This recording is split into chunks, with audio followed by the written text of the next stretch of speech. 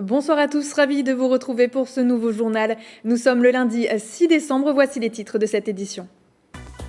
Valérie Pécresse sera candidate aux élections présidentielles. Élue au Congrès Les Républicains ce samedi face à Éric Ciotti, la candidate prépare à présent sa campagne pour 2022.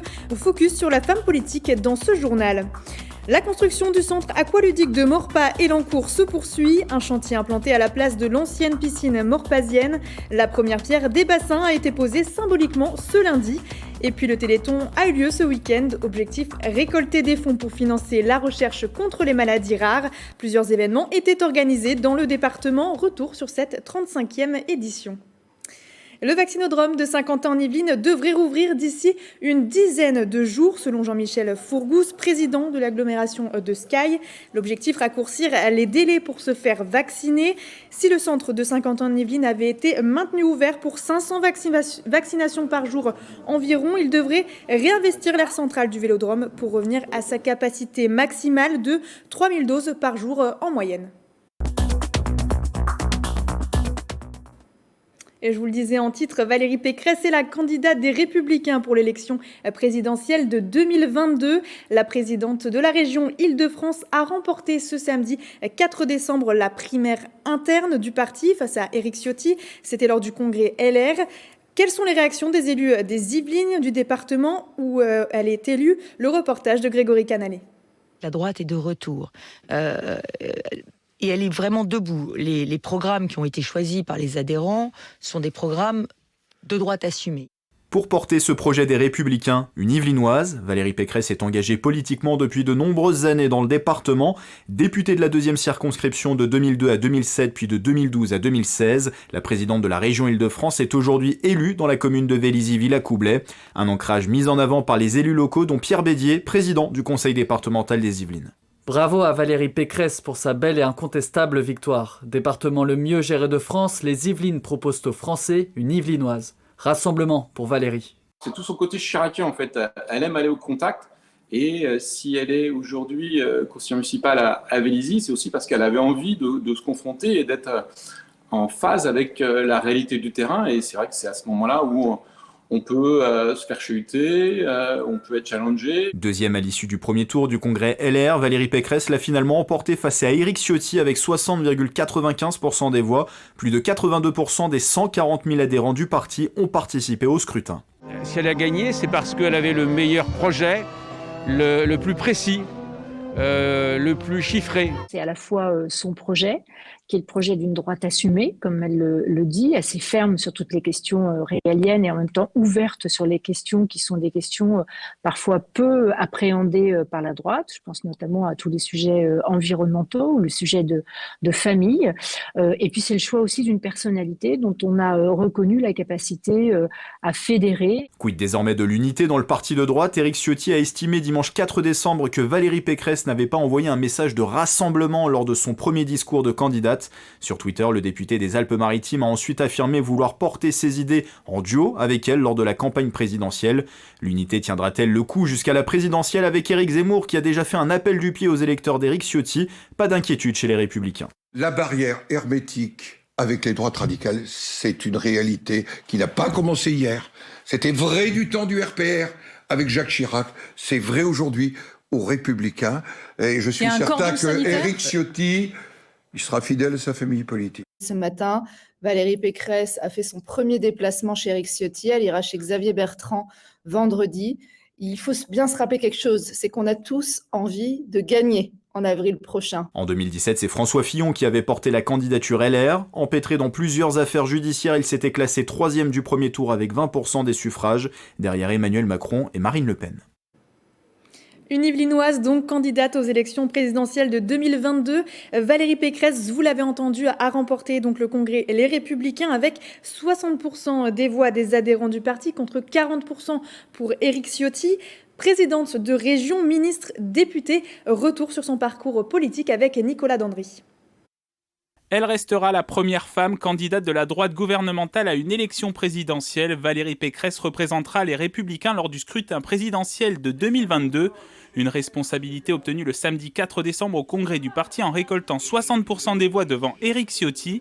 L'heure est maintenant à l'union de la droite. Notre rassemblement Je veux l'étendre à toutes les figures et les talents de la droite, les talents du centre, mais aussi les talents d'ailleurs, à tous les républicains sincères qui se reconnaîtront dans notre projet pour la France. En juin dernier, Valérie Pécresse est réélue présidente de la région Île-de-France. Une victoire avec près de 60% des suffrages au second tour des élections régionales, largement devant l'Union de la gauche à plus de 33%. Lors de l'installation du Conseil régional, elle parlait déjà de sa vision de la France. J'appelle à une France nouvelle, irriguée par ses territoires, oxygénée par ses provinces, une France vraiment décentralisée et libérée. Une France où l'État assurerait puissamment ses responsabilités régaliennes, car la sécurité, pardon de le dire, c'est une tautologie, c'est d'abord l'État. À 54 ans, Valérie Pécresse est à la tête de l'exécutif régional depuis 2015. Suite à ses nouvelles fonctions, elle démissionne de son siège de députée de la 2e circonscription des Yvelines en 2016, un mandat exercé depuis 2002. Durant le quinquennat de Nicolas Sarkozy, elle a occupé plusieurs fonctions gouvernementales. D'abord ministre de l'enseignement supérieur en portant la réforme de l'autonomie des universités, puis ministre du budget et porte-parole du gouvernement.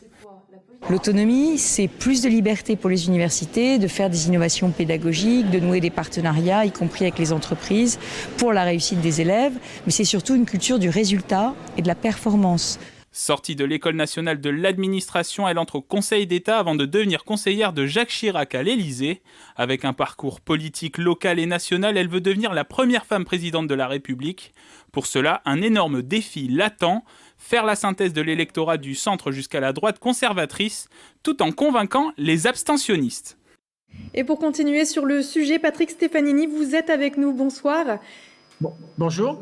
Vous êtes le directeur de campagne de Valérie Pécresse. Alors, quelle est déjà votre réaction? Est-ce qu'on s'y attendait, finalement? Il n'y avait pas vraiment... On ne peut pas dire que Valérie ait été favorite. Elle s'est plutôt, après avoir mené une campagne de terrain très intense, elle s'est imposée dans les débats, notamment lors du 2e débat.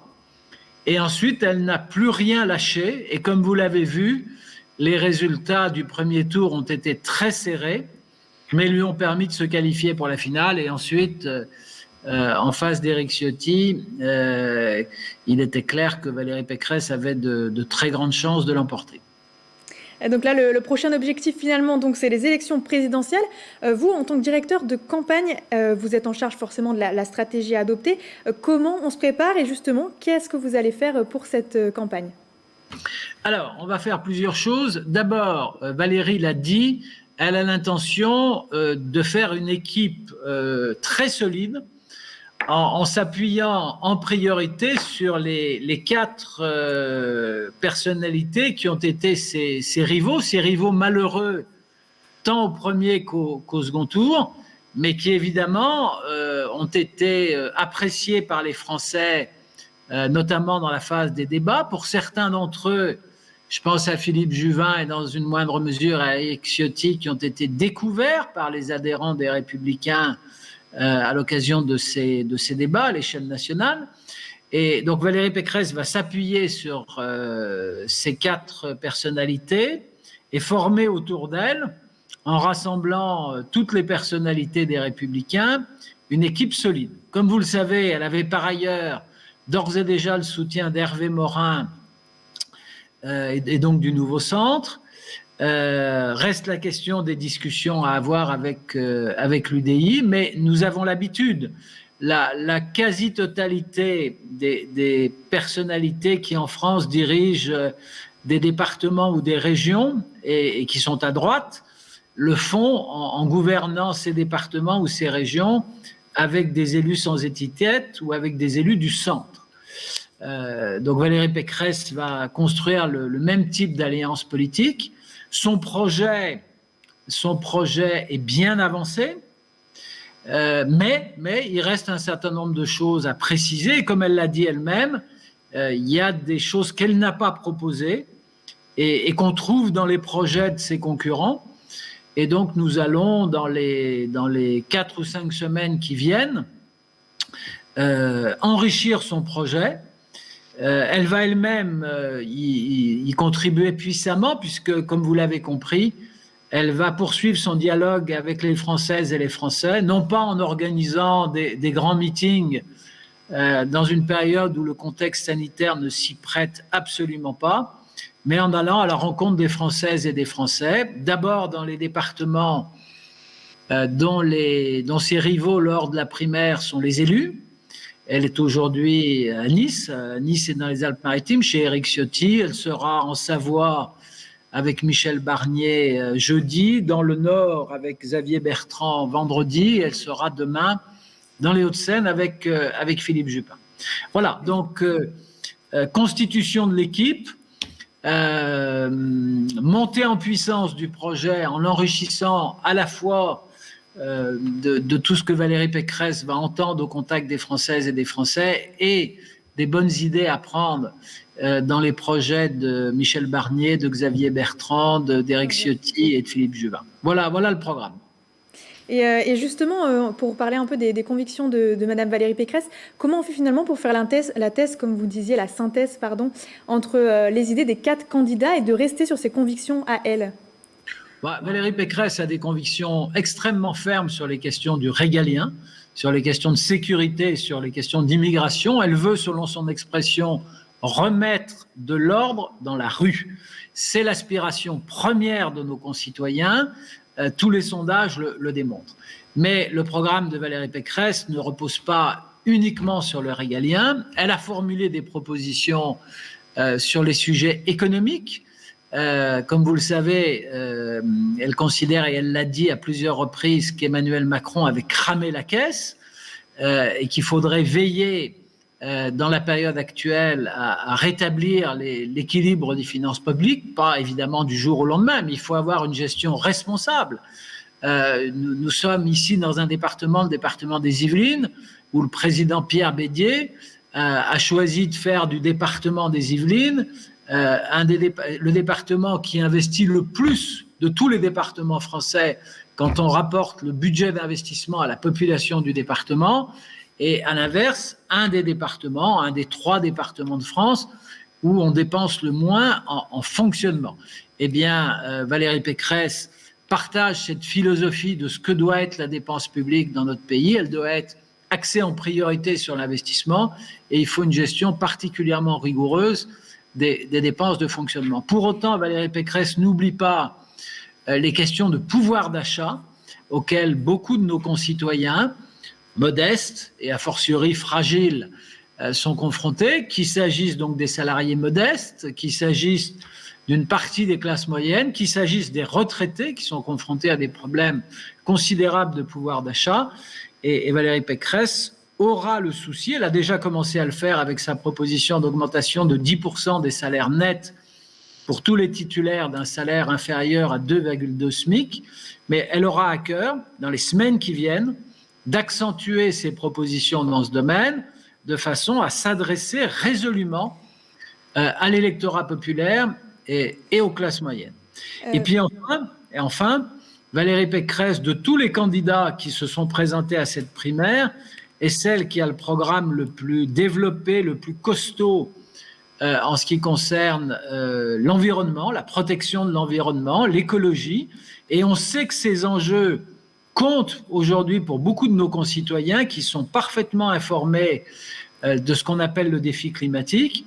Et on sait que ces enjeux comptent encore plus pour un électorat qui a déserté la droite depuis plusieurs années, mais qui est en train d'y revenir, c'est l'électorat jeune. Et avec l'électorat populaire et l'électorat des classes moyennes, l'électorat jeune sera une des priorités de Valérie Pécresse. Et M. Patrick Stefanini, peut-être brièvement, parce que nous n'avons plus beaucoup de temps, mais un petit mot sur justement, vous parlez des idées de Mme Pécresse pour la campagne. Comment on fait finalement pour faire cette balance entre essayer de se recentrer un petit peu sans perdre les électeurs de droite finalement? On est, comme les Valérie Pécresse, très ferme sur le régalien, et pas seulement ferme en parole, parce que la désignation d'une femme pour la première fois dans l'histoire du mouvement gaulliste pour l'élection présidentielle, c'est évidemment une nouvelle, quelque chose d'inédit, mais la politique, c'est pas genré. Ce qui est intéressant dans la désignation de Valérie Pécresse, c'est pas seulement qu'elle est une femme, mais que c'est une femme courageuse, une femme déterminée avec un mental d'acier. Et sa formule, la formule qui nous a permis, je crois, de l'emporter dans cette primaire, c'est le courage de dire et la volonté de faire. Madame Pécresse est une femme d'action. Sur les sujets régaliens, elle est extrêmement ferme. Elle a rédigé deux projets de loi constitutionnels, l'un sur l'immigration, l'autre sur la sécurité intérieure et la lutte contre l'islamisme. Et donc ça, c'est pour l'aile droite. Et pour l'aile gauche, ou en tout cas pour le reste de l'opinion publique, on va s'adresser à la classe moyenne, à l'électorat populaire et à la jeunesse. Merci beaucoup Patrick Stéphanie d'avoir été avec nous. Je le rappelle, vous êtes donc le directeur de campagne de Madame Valérie Pécresse. Merci à vous. Merci beaucoup. Et on reste dans les élections, mais cette fois-ci, il s'agit des élections municipales partielles de Louvciennes. Un scrutin qui fait suite au passage de plusieurs conseillers du côté de l'opposition et de la démission du reste de l'équipe municipale. Le premier tour s'est déroulé ce dimanche 5 décembre. Pour ce qui est des résultats, Marie-Dominique Parizeau et sa liste Réussir Louvciennes ensemble arrivent en tête du scrutin avec 48% du suffrage. Elle est suivie par Pierre-François Viard, le maire sortant. Il obtient 38% des voix. Pour sa liste Avec vous pour Louvciennes, le candidat de la gauche, Pascal Leprêtre, se qualifie aussi pour le second tour avec 10% des voix et sa liste Louvciennes écologique, citoyenne et solidaire. Et puis, avec près de 3%, Pierre Ferré, tête de liste du Bon Sens pour Louvciennes, ne participera pas au second tour qui aura lieu ce dimanche 12 décembre. Et on part à présent du côté du futur centre aqualudique de Maurepas-Elancourt. La ministre déléguée chargée des sports, Roxana Maracineanu, s'est rendue sur place ce lundi 6 décembre. En projet depuis 2015, il sera implanté à la place de l'ancienne piscine maurepasienne qui avait été détruite pour cause de sécurité. Apprentissage de la natation, baignade, sport santé ou bien-être, l'espace de 5 bassins se veut accessible à tous. Les explications de Céline Charles. La ministre des Sports, Roxana Maracineanu, est venue symboliquement poser sa pierre à l'édifice au centre Castalia ce lundi 6 décembre. Héritier de l'ancienne piscine de Maurepas fermée en 2015, ce centre aquatique, aujourd'hui dans la phase importante de la pose des bassins, est pensé et dimensionné pour répondre à tous les besoins des habitants. C'est toujours un plaisir pour moi, en tant que ministre des Sports et ancienne nageuse olympique, de venir voir comment une piscine va sortir de terre. Un lieu où on pourra apprendre à nager. On pourra se détendre également puisqu'on aura fitness, ce sera du sauna, hammam, et puis de l'activité pour s'amuser puisqu'il y aura toboggan numérique. Bref, un équipement qui soit adapté à tous. Le centre aquatique sur un territoire est l'équipement public qui réunit toutes les générations.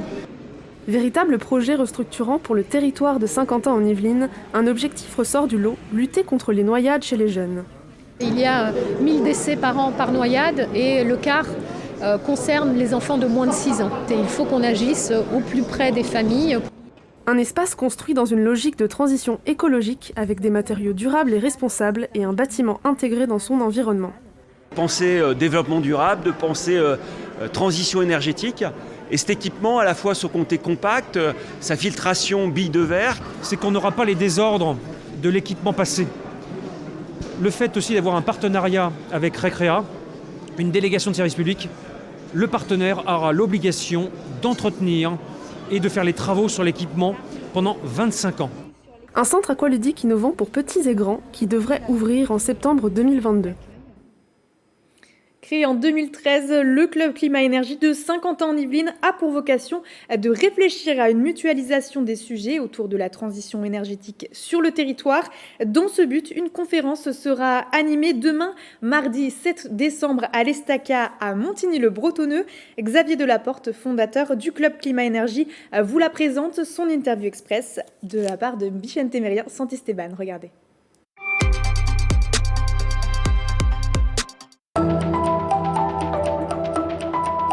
Nous accompagnons le territoire depuis 8 ans sur différentes thématiques, la mobilité, la rénovation énergétique des bâtiments, la transition écologique, la méthanisation ou les énergies renouvelables, ou plus récemment l'autoconsommation de l'énergie qui soit autoproduite par différents types d'acteurs.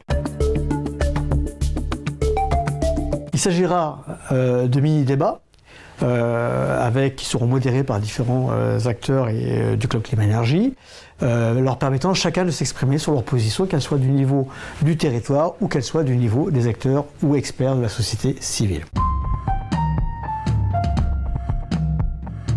Nous avons le privilège de recevoir M. Laurent Merkert, M. Jean-Baptiste Amonique, Eva Roussel et Bertrand Coquart, qui par ailleurs est le président du club Climat Énergie. Chacun pourra débattre avec un acteur de la société civile pour échanger sur des thématiques comme le numérique, l'aménagement du territoire, les mobilités et les circuits courts.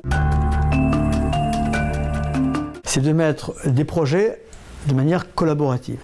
C'est-à-dire finalement, plutôt que de déposer une réflexion unique sur la manière de concevoir une solution, nous la faisons partager par un ensemble d'acteurs et quelque part, au travers de ces réflexions-là, nous essayons de remonter ce qui est bon pour le consommateur. Ce week-end, c'était la 35e édition du Téléthon. Plusieurs animations avaient lieu dans le département pour récolter des fonds pour la recherche. Célia Gatsongo et Patrick Jacques de Dixmude se sont rendus à Manille-les-Hameaux et à Versailles pour l'occasion. Regardez.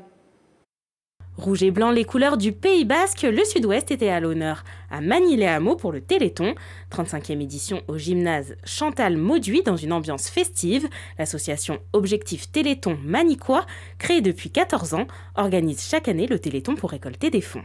Il y a des milliers de personnes qui vont venir en fait pendant ces 24-25 heures et ils viennent faire la fête et ils consomment en fait. Et toute la consommation est intégralement reversée. Donc c'est avant tout une opération de collecte mais festive.